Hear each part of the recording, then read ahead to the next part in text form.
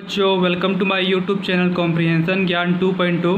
तो आज के सेशन में हम लोग कंप्यूटर के बारे में पढ़ेंगे कि कंप्यूटर क्या होता है।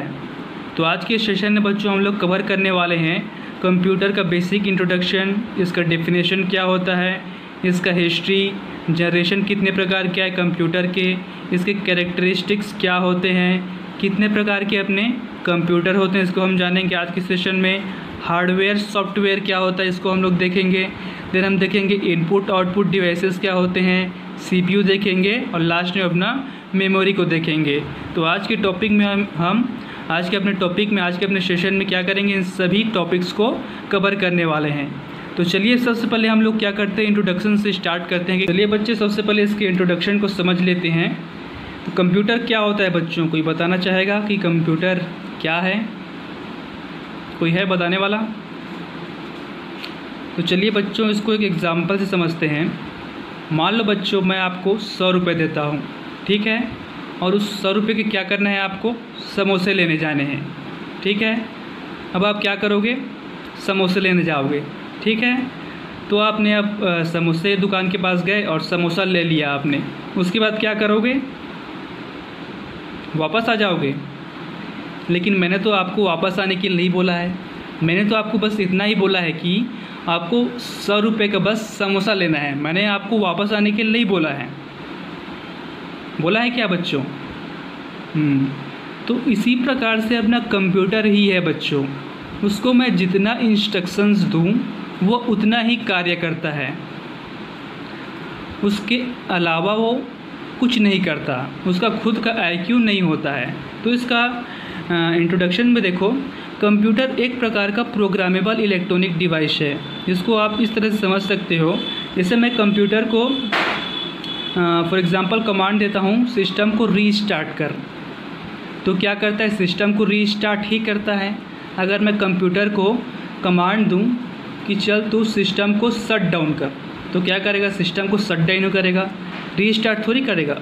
मतलब अगर मैं कंप्यूटर को जितना इंस्ट्रक्शंस देता हूँ वो उतना ही क्या करता है, अपने को आउटपुट देता है, ठीक बच्चों। तो कंप्यूटर क्या है, अपना एक प्रकार से प्रोग्रामेबल इलेक्ट्रॉनिक डिवाइस है। इसको हम लोग एक और एग्जांपल के फॉर्म में समझे तो आपने रोबोट पिक्चर देखा होगा, अपना चिट्टी रोबो सभी लोगों ने देखा होगा।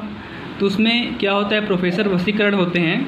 तो प्रोफेसर वशीकरण जब चींटी को जितना इंस्ट्रक्शंस देंगे, जितना उसको करने के लिए बोलेंगे वो उतना ही करता है। फॉर एग्जांपल जैसे हमने समोसा का एग्जांपल लिया, तो अगर मैं चींटी को बोलूँगा जा समोसा 100 रुपये का समोसा ले, तो क्या होगा, वो 100 रुपये का समोसा लेने जाएगा, लेकिन वो बस 100 रुपये का समोसा ले लिया, उसके बाद वहाँ पर खड़ा है, वो वापस नहीं आएगा, क्योंकि प्रोफेसर वशीकरण ने सिर्फ उसको इतना ही इंस्ट्रक्शंस दिया है कि तुझको बस 100 रुपये का समोसा लेना है।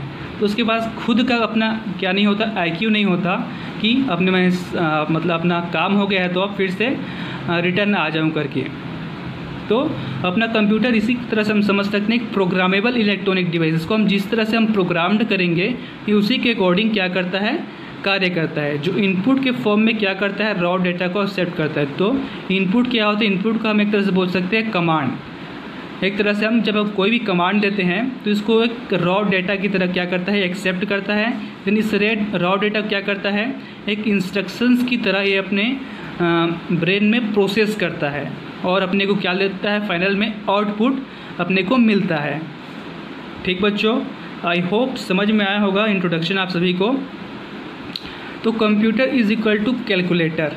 कंप्यूटर मतलब अपना क्या होता है, कैलकुलेटर होता है। कैलकुलेटर क्यों होता है, तो देखिए बच्चों, पहले क्या था, पहले जब आपका कंप्यूटर शुरुआती दौर में था तो अपना कंप्यूटर का ज़्यादातर इस्तेमाल कैलकुलेशन के लिए ही किया जाता था। पहले के समय में ज़्यादा कैलकुलेटर नहीं हुआ करते थे, तो पहले क्या किया जाता था, कैलकुलेटर की तरह कंप्यूटर का इस्तेमाल किया जाता था। अभी भी कैलकुलेटर की तरह ही इस्तेमाल किया जाता है।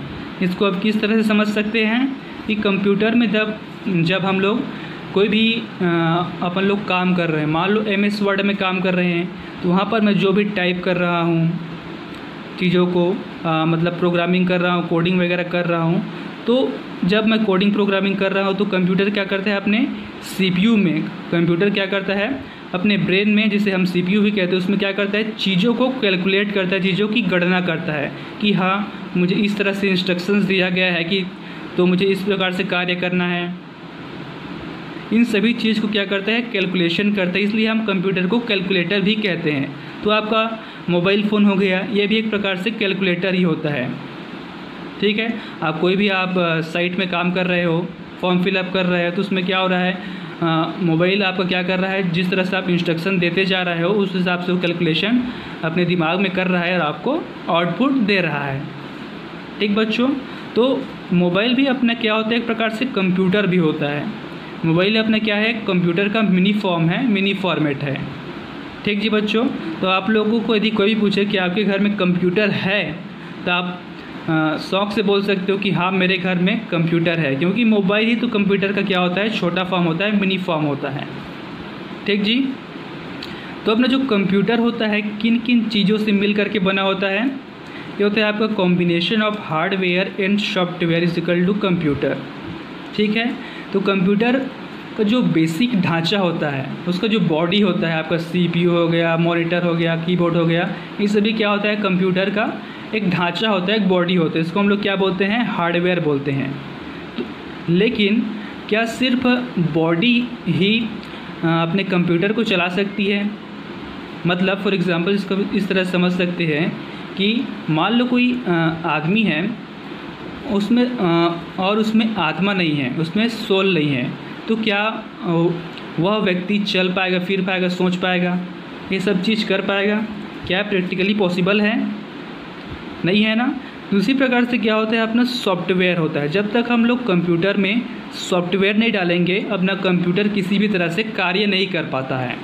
सॉफ्टवेयर मतलब आपका ऑपरेटिंग सिस्टम वगैरह हो गया, ये सभी क्या होते हैं, आपका कंप्यूटर के सॉफ्टवेयर होते हैं। तो हार्डवेयर और सॉफ्टवेयर मिल करके क्या बनते हैं, कंप्यूटर होते हैं। हार्डवेयर आपका हो जाता है आपका फिजिकल यूनिट, और सॉफ्टवेयर होता है आपका स्पिरिट, यानी कि उसकी आत्मा, जिसकी वजह से अपना कंप्यूटर रन करता है, कंप्यूटर पर हम लोग काम कर पाते हैं।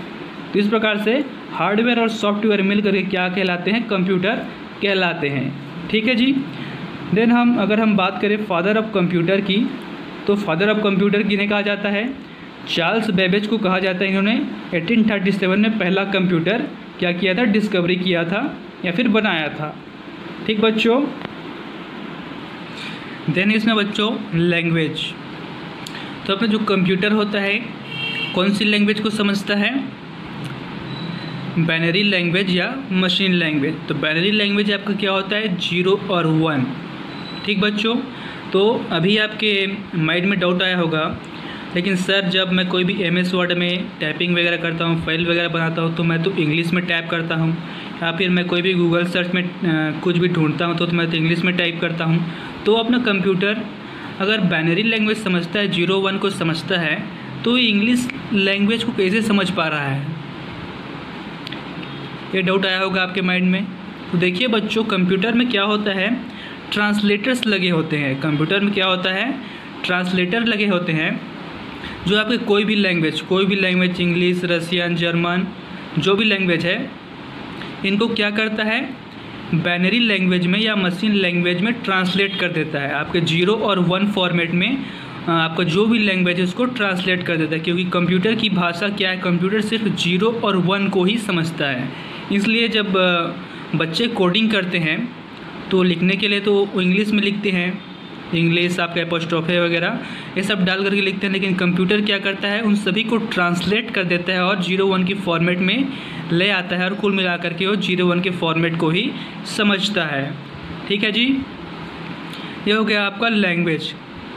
देन आपका होता है जनरेशन।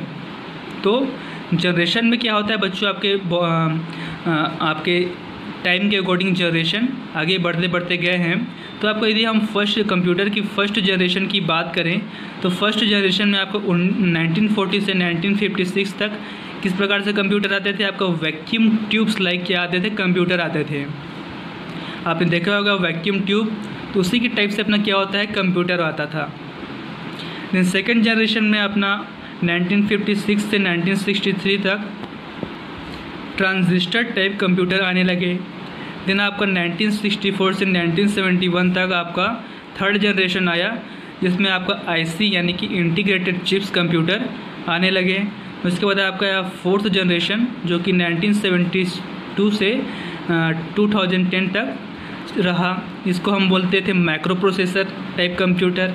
देन आपका अब जो 5th जनरेशन है जो अभी तक चल रहा है 2010 से प्रेजेंट तक, इसको हम लोग क्या बोलते हैं, एआई कंप्यूटर्स बोलते हैं। एआई मतलब क्या होता है आपका artificial intelligence computer. Artificial intelligence आज के डेट में बहुत चल रहा है। आपका गूगल जेमिनी हो गया, आज के डेट में किसी भी फ़ोटो को आप लोग किसी भी तरह से बना दे रहे हो, है ना। आपका एलेक्सा जो चलता है इस सिस्टम पर चलता है। एलेक्सा 1 2 3 4 आप जो भी कमांड देते हो उसको क्या करता है ये एआई। आज का जो कंप्यूटर है आपका, आज का जो प्रेजेंट जनरेशन का जो कंप्यूटर है ये क्या करता है, इन सभी चीज़ों को प्रोसेस करता है। ठीक है जी। तो ये हमने पढ़ा जनरेशन के बारे में कि टाइम के अकॉर्डिंग क्या हुआ, जनरेशन बढ़ते बढ़ते गए और आज के डेट में करेंट डेट में एआई चल रहा है, आर्टिफिशियल इंटेलिजेंस, आपका एलेक्सा जेमिनी वगैरह। ठीक है। देन चलिए देख लेते हैं आप लोग कैरेक्टरिस्टिक्स और लिमिटेशन। कंप्यूटर की क्या क्या कैरेक्टरिस्टिक्स होते हैं, क्या क्या लिमिटेशन होते हैं, इसको अपन देख लेते हैं। तो अगर कैरेक्टरिस्टिक्स यानी विशेषता की बात करें तो कैरेक्टरिस्टिक्स बहुत ज़्यादा है। फॉर एग्जांपल स्पीड, आप लोग कोई भी कैलकुलेशन कर रहे हो, है ना, आप करते जाओ तो फाइनल में अपने को आउटपुट दे ही देता है। लेकिन यहीं पर यदि मैं किसी भी नॉर्मल आदमी को बैठा दूँ तो उसको घंटों लग जाएंगे। ठीक है। लेकिन ये जस्ट आपको 2 मिनट में 3 मिनट में आपको डाटा दे देता है। और इसमें क्या होता है, स्टोरेज कैपेसिटी बहुत ज़्यादा होती है, चीज़ों को स्टोर करने की क्षमता बहुत ज़्यादा होती है। आपका हो गया फ़ोटोज़, वीडियोस, इन सभी को स्टोरेज रखता है। एक रिलायबल, इस पर हम क्या हो सकते हैं, रिलाई हो सकते हैं। आज के डेट में आपका सभी प्रकार के काम क्या हो रहे हैं, कंप्यूटर में ही हो रहे हैं। इसलिए आज के डेट में लोग क्या है, इस पर ज़रूरत से ज़्यादा विश्वास करते हैं, रिलायबल हैं और फ्लेक्सिबल होता है। प्लस इसकी एक्यूरेसी, मतलब अपना काम बहुत जल्दी क्या होता है, हो जाता है। लेकिन लिमिटेशन भी है इसके पास कुछ। फॉर एग्जांपल इसके पास कोई आईक्यू नहीं होता, इसके पास कुछ भी दिमाग नहीं होता। जैसे हमने शुरू में एग्जांपल समझा था समोसा वाला कि उसने समोसा तो ले लिया लेकिन समोसा को ले करके वापस ऑफिस में नहीं आ रहा है, क्योंकि उसको बस इतना इंस्ट्रक्शन दिया गया है कि तो उसको बस समोसा ही लेना है, उसके आगे तो उसको इंस्ट्रक्शन दिया ही नहीं गया है। तो इसलिए वहाँ पर क्या हो गया, बस स्टक हो गया है, खड़ा हो गया है। इसलिए इसके पास क्या नहीं होता, खुद का दिमाग नहीं होता। और इसमें बहुत सारे वायरस प्रॉब्लम देखने को मिलते हैं, और वायरस प्रॉब्लम आया तो अपना सिस्टम पूरी तरह से क्या हो जाता है, क्रैश हो जाता है। तो लिमिटेशन की तुलना में विशेषताएं, कैरेक्टरिस्टिक्स क्या है, बहुत ज़्यादा है। ठीक बच्चों। देन चलिए देख लेते हैं उसके बाद हम लोग टाइप्स ऑफ कंप्यूटर, अपने कंप्यूटर के कितने प्रकार होते हैं इसको अपन लोग देख लेते हैं। तो अगर हम साइज़ के बेस पर बात करें तो अपना कंप्यूटर 3 प्रकार का होता है। एक होता है अपना माइक्रो कंप्यूटर, एक होता है मिनी कंप्यूटर, एक होता है अपना मेन फ्रेम कंप्यूटर। ये आपका साइज़ के अकॉर्डिंग आपका कंप्यूटर होते हैं। देन आता है आपका बेस्ड ऑन वर्क के अकॉर्डिंग, वर्क के बेस पर आपका होता है 3 प्रकार का computer, analogue computer, digital computer, supercomputer. तो इन सभी को हम लोग एक एक करके देखेंगे।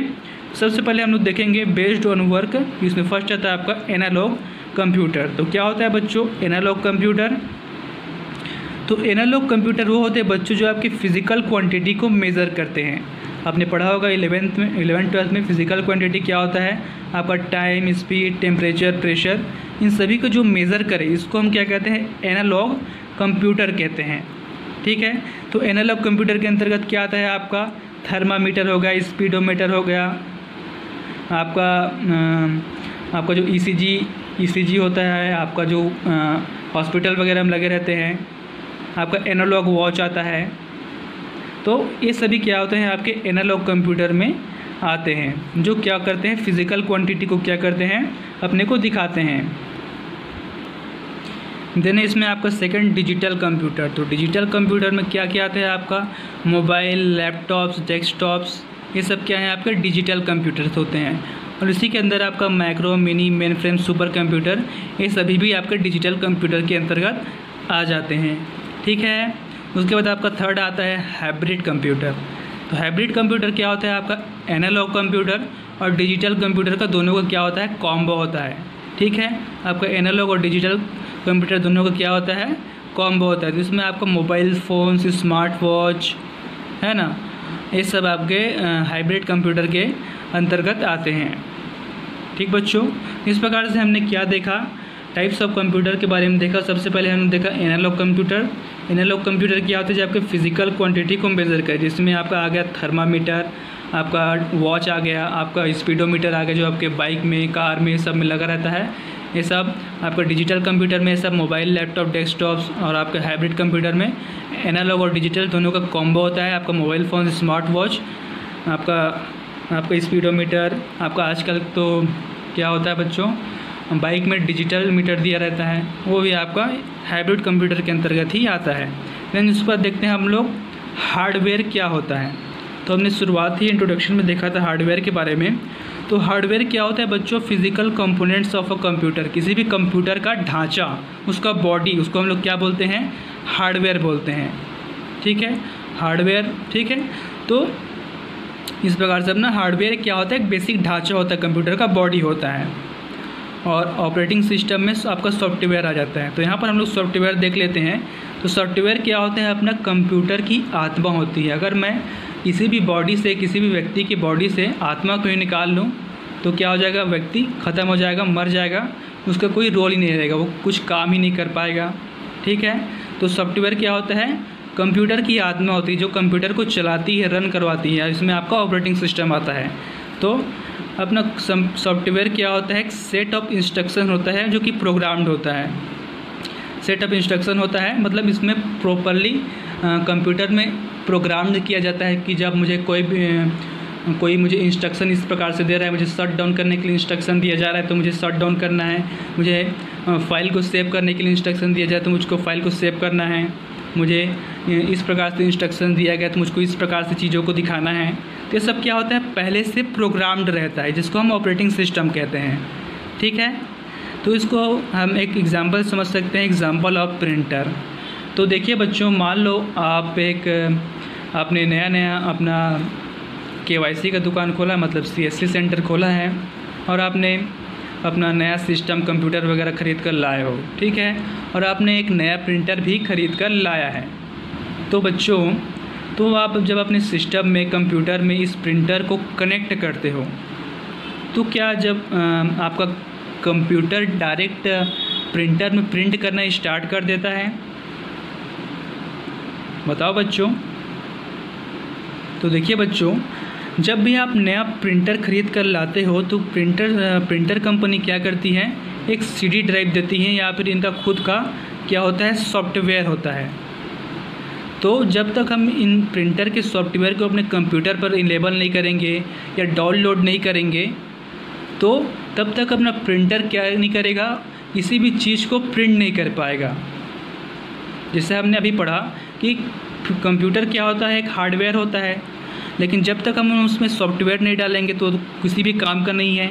उसी प्रकार से अपना क्या होता है, प्रिंटर भी होता है। प्रिंटर क्या होता है, एक बॉडी है, एक स्ट्रक्चर, एक ढांचा है, लेकिन जब तक हम इसमें सॉफ्टवेयर नहीं डालेंगे, जब तक इसमें हम इसके साथ सॉफ्टवेयर अटैच नहीं करेंगे, ये किसी भी काम का नहीं होता है।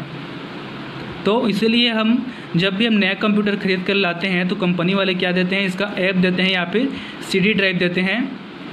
CD ड्राइव क्या होता है बच्चों, CD ड्राइव को आप अपने CPU में लगाओ और उससे क्या होता है, उसके बाद अपने कंप्यूटर में उसको क्या करो, इनेबल करो। उसके बाद अब तक आपको जो प्रिंटर है वो प्रिंट करना स्टार्ट करता है, लेकिन बिना सॉफ्टवेयर के, बिना आपके CD ड्राइव के प्रिंटर आपका प्रिंट करना मुश्किल है, नामुमकिन है।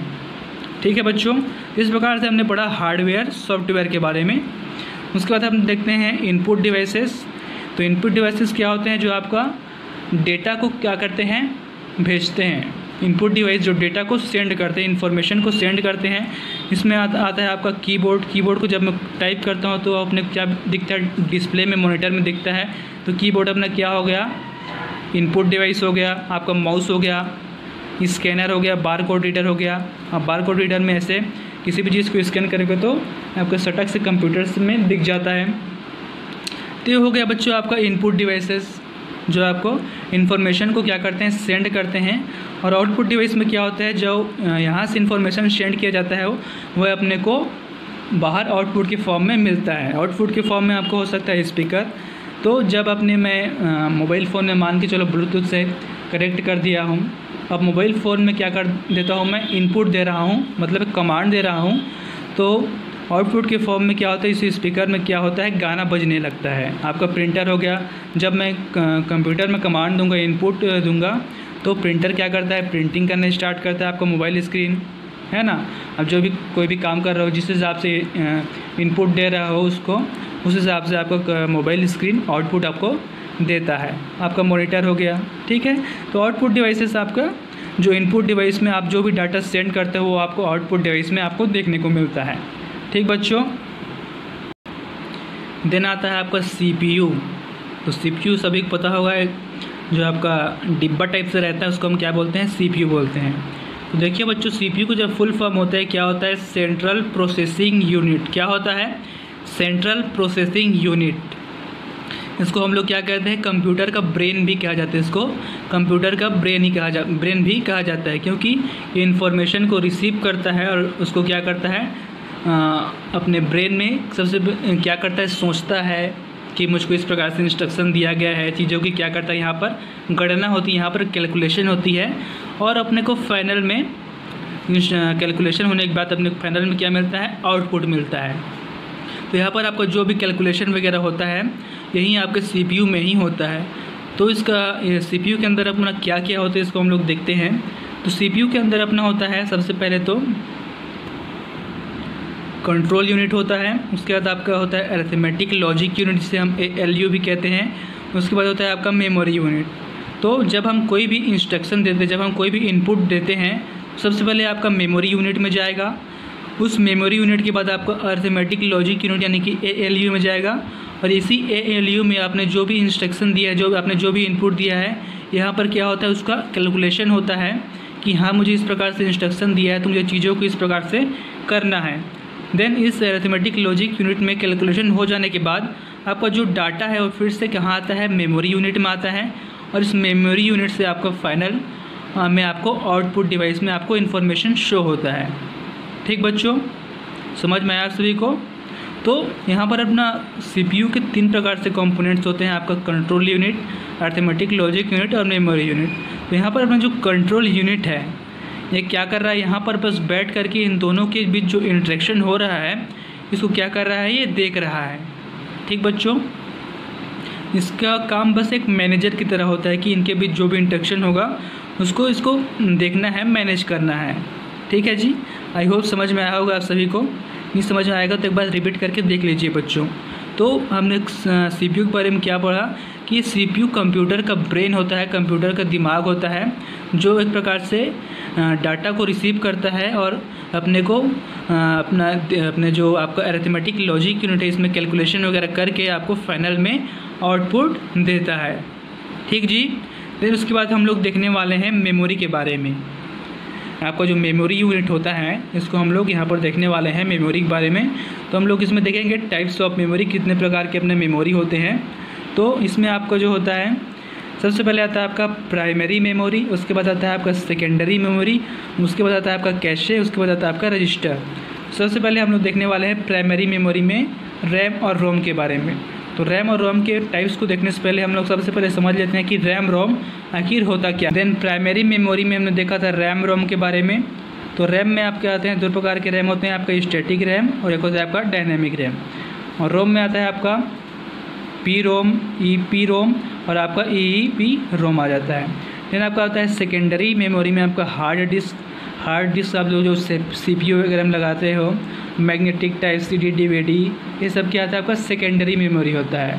सेकेंडरी मेमोरी होता है, जैसे हम किसी भी अपना CPU वगैरह या फिर अपना मोबाइल वगैरह में लगाते हैं तो अपने को क्या होता है, आपको मॉनिटर में आउटपुट के फॉर्म में अपने को दिखता है। ठीक बच्चों, तो इस प्रकार से आपको बोल सकते हैं, एक प्रकार से अपना इनपुट डिवाइस भी ये होता है। उसके बाद आता है आपका कैशे। कैशे क्या होता है बच्चों, आपने देखा होगा, आपने जब आप बहुत समय तक यूट्यूब चलाते रहते हो, क्रोम में काम करते रहते हो, तो एक अनयूज़फुल डाटा आपके इस कैशे में आ जाता है, जिससे आपका क्या होता है, आपका स्टोरेज क्या होता है, ज़रूरत से ज़्यादा भर जाता है। तो इसीलिए बार बार सलाह दी जाती है कि आप कैशे को बार बार क्लियर करते रहिए, जिससे आपका स्टोरेज क्या हो, कम्प्लीटली फुल ना हो। ठीक बच्चों, उसका ज़्यादा आपका रजिस्टर मेमोरी। ठीक है, तो इस प्रकार से अपना आपका जो कंप्यूटर होता है, इस प्रकार से आपका टाइप्स ऑफ मेमोरी आते हैं बच्चों, जिसमें हमने पढ़ा primary memory, secondary memory, cache memory और रजिस्टर मेमोरी। ठीक बच्चों, तो ये था बच्चों आज का अपना सेशन। इसमें हमने पढ़ा कंप्यूटर के बेसिक फंडामेंटल्स के बारे में। आई होप ये लेक्चर भी आप सभी को समझ में आया होगा बच्चों। तो वीडियो पसंद आया होगा तो बच्चों लाइक, सब्सक्राइब और शेयर ज़रूर करें। Thank you students.